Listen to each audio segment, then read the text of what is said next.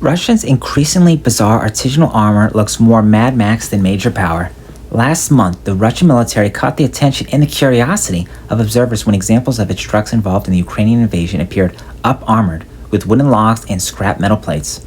Since then, plenty more examples of vehicles operated by the Russian armed forces have been noted, with what's now a much wider range of truly unorthodox, improvised armor modifications, lending these vehicles an increasingly Mad Max-style appearance.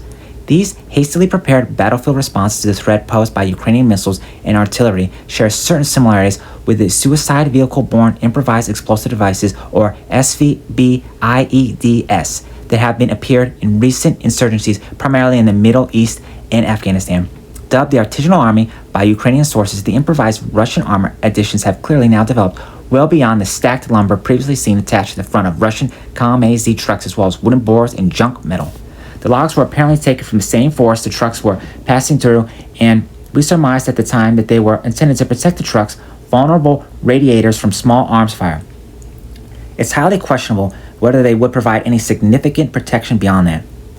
In one particularly remarkable example cited earlier this month in northern Ukraine, another KamAZ truck was noted with improvised frontal protection in the form of an apparent transmission cover from an MTLB armored tracked vehicle. According to Ukrainian sources, similar reuse of protection from other armored vehicles has also been recorded near Kharkiv. In addition to these highly improvised examples, there's now evidence too with rather more complex armor body kits appearing on Russian trucks, again in the Kharkiv region. These suggest that field workshops are now putting together truck armor based on the actual specifications of the vehicle. These add-ons apparently employ sheets of metal cut to the appropriate shape with apertures provided for the driver's vision and for the vehicle's headlights.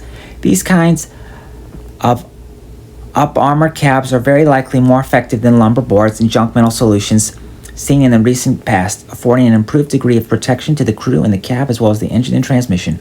All in all, these armored kits would seem to reflect a surprising degree of resistance that the Ukrainian armed forces has been putting up in the face of the invasion, with Russian vehicles taking a particularly heavy toll.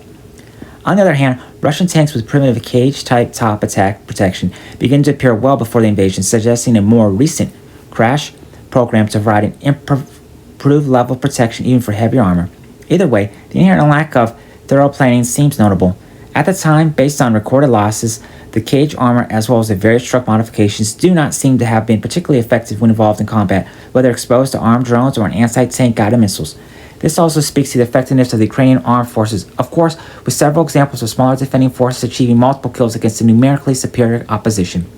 The Ukrainians have also had success with anti-convoy tactics, using ambushes and well-placed weaponry to decimate inflexible formations of Russian vehicles, both armored and soft-skinned.